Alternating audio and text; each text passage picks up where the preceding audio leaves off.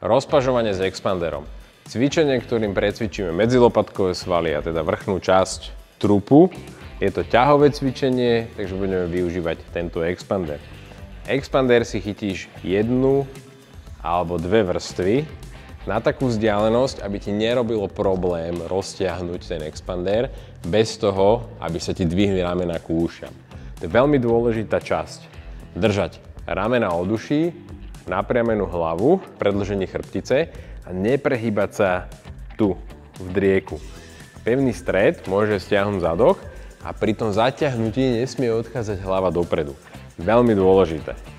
Takže chytíš expander, odtiaľto rozťahuješ expander, lopatky sa snažíš stiahnuť k sebe.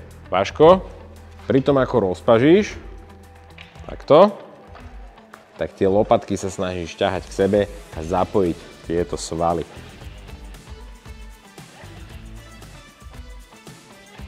Ak máš s týmto cvičením nejaký problém, napíš nám do komentárov a v ďalšom videu sa povenujeme tomu, ako to odstrániť. Nezabudni nám dať odber, sledovať nás na sociálnych sieťach a správne cvičiť, lebo si ťa nájdem.